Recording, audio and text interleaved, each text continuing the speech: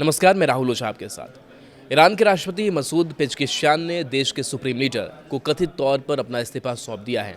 Iran international report के अनुसार रविवार को भेजे गए इस पत्र में पेज़ेश्कियान ने कहा है कि देश में बड़े और अहम फैसले लेने की प्रक्रियाओं से राष्ट्रपति और सरकार को बाहर कर दिया गया है।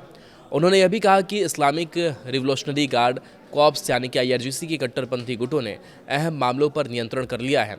पेज़ेश्कियान ने कहा कि ऐसी हालत में वह सरकार चलाने और कानूनी जिम्मेदारियों को पूरा करने में असमर्थ है और इस वजह से तुरंत पद छोड़ने का अनुरोध किया है। अभी यह साफ नहीं है कि मुस्तफा खामेनेई ने राष्ट्रपति के इस्तीफे को लेकर क्या फैसला लिया है, लेकिन पत्र की बातें तेहरान में सत्ता के शीर्ष पर गहरे मतभेद की तरफ इशारा करती हैं।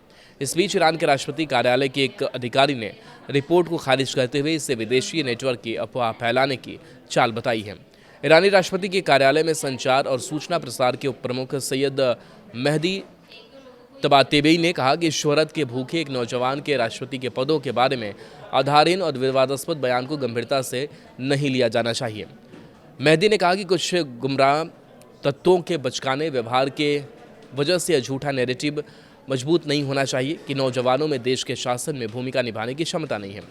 इस्तीफे की रिपोर्ट को खारिज करते हुए उन्होंने आगे कहा कि एक बदनाम विदेशी नेटवर्क द्वारा अफवाह फैलाना पिछली हास्यास्पद मीडिया चालों का ही विस्तार है। उन्होंने वास्तविकता की जगह अपनी मनगढ़ंत सोच को प्रकाशित किया। अधिकारी ने कहा कि राष्ट्रपति पेज़ेश्कियान लोगों की सेवा करने से पीछे नहीं हटेंगे, ठीक वैसे ही जैसे ईरानी राष्ट्र एकजुटता और प्रतिरोध के मार्ग से पीछे नहीं हटेगा। वे ईरानी राष्ट्र की एकता को तोड़ने की अपनी इच्छा को अपने साथ कब्र में ले जाएंगे।